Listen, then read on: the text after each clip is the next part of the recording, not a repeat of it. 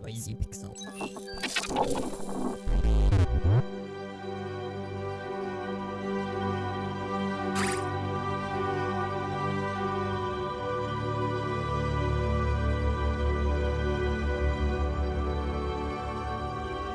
It's been a little while since there was a standout title in the narrative adventure space. That's surprising given that these walking simulators quickly rose in popularity due to their appealing stories that only require a little bit of interaction from the player. While it's not to say recent titles haven't been good, they just haven't caught my attention. Well, KOK Interactive is here to change that with the console release of Deliver Us the Moon from Wired Productions. What I ended up experiencing is a sci-fi title set in a pretty grim and realistic situation that mirrors the global issues we talk about today.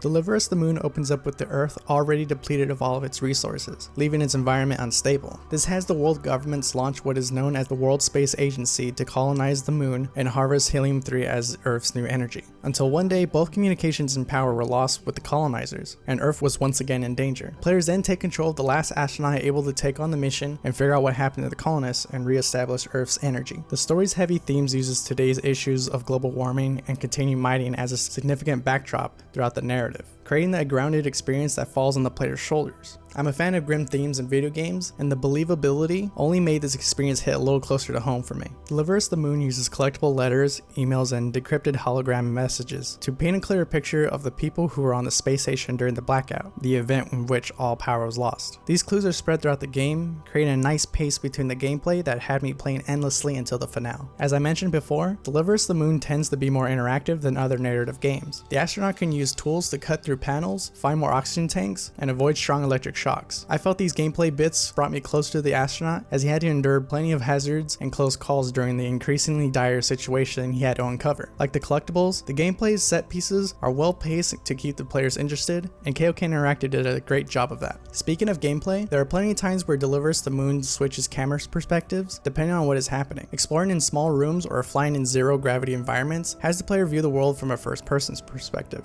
I find this feature to be helpful as walking around small places in third person games can be disorienting at times, and I felt the same can be said about moving around in zero gravity. Later in the game, first person camera sections also include a controllable friendly drone named ASE to use for puzzles that require a small robot. ASE can also go through vents and unlock doors to progress. Third person sections tend to be in larger rooms with environmental puzzles and platforming. The different camera modes do a good job of changing up the gameplay styles, keeping Deliver Us the Moon from becoming a static experience. That said, Deliver Us the Moon isn't perfect. There are several issues, while not game breaking, have several quality of life issues. Loading between sections suffer from hard stutters that can be jarring when not expecting them. While they don't last more than a few seconds, it happens enough to bother me when I need to go back and forth between large rooms often. Also, using an interactive object requires more than just bringing your astronaut close to it, having me also turn the camera towards the object in order to use it, which became redundant. Additionally, running in third person view has a slippery feel to it when the astronaut is turning. Again, it's minor issues that can take away from the better aspects of the game, but it can be overlooked after a while. As for how the game looks and sounds, Deliver Us the Moon does well to make me believe in the world with its attention to detail and original music. It's clear to me that the developer paid particular attention to how space equipment is used and then translated it in a way that's interesting to video games. The opening chapters have plenty of examples of just how interactive the world was, such as priming a spaceship launch. I just wish there was more ways to interact with complicated space technology throughout the game, more than there was.